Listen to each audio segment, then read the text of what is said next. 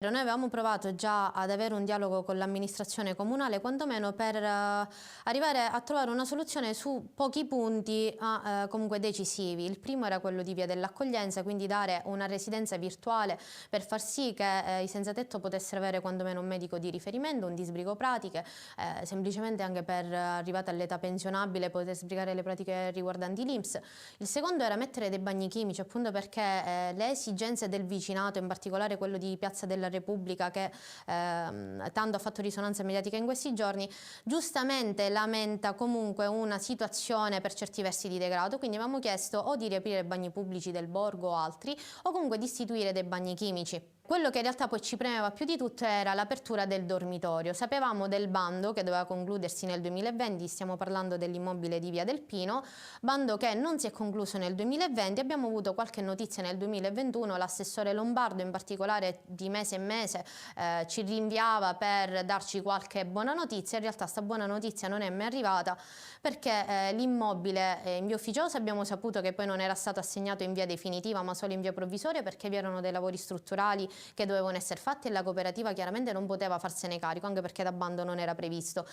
In via ufficiale, solo tramite stampa, senza dirlo comunque alle associazioni, abbiamo poi saputo che via del Pino era stato scartato perché ritenuto decentrato. Come associazioni, parlo per la mia, ma credo di poter in qualche modo rappresentare una grossa fetta delle associazioni, perché è questo che chiediamo. Vorremmo che l'amministrazione comunale ci potesse ancora una volta aprire le porte e affrontare le problematiche in maniera stavolta risolutiva e concreta in un tavolo istituzionale, anche perché dal Palaspedini ad oggi non siamo più riusciti ad avere alcun tipo di dialogo, quantomeno la nostra associazione, che ha provato diverse volte, non siamo più riusciti a confrontarci, a trovare quantomeno una soluzione transitoria, perché è chiaro che riavviare un bando, riassegnare un bene significa far passare nella migliore delle ipotesi 1 o 2 anni. Significa tenere ancora i ragazzi in mezzo alla strada 1 o 2 anni, tenere poi avere ancora una volta problemi con il vicinato che dal canto suo decanta le proprie ragioni e lasciare per altri inverni i ragazzi a morire di freddo. Troviamo innanzitutto una soluzione transitoria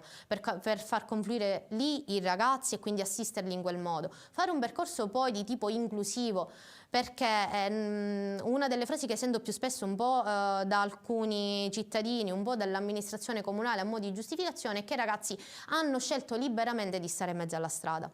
In realtà così non è. Già ieri, dopo che si è sollevato questo polverone e quindi l'amministrazione è intervenuta in via finalmente concreta, 5 ragazzi hanno trovato sistemazione. Il problema è che non ci sono più posti, perché ci sono queste case, sono alloggi transitori per le famiglie e verosimilmente li avranno sistemati lì, e poi altre comunità, ma comunque di matrice religiosa, che ad oggi non possono più ospitare persone.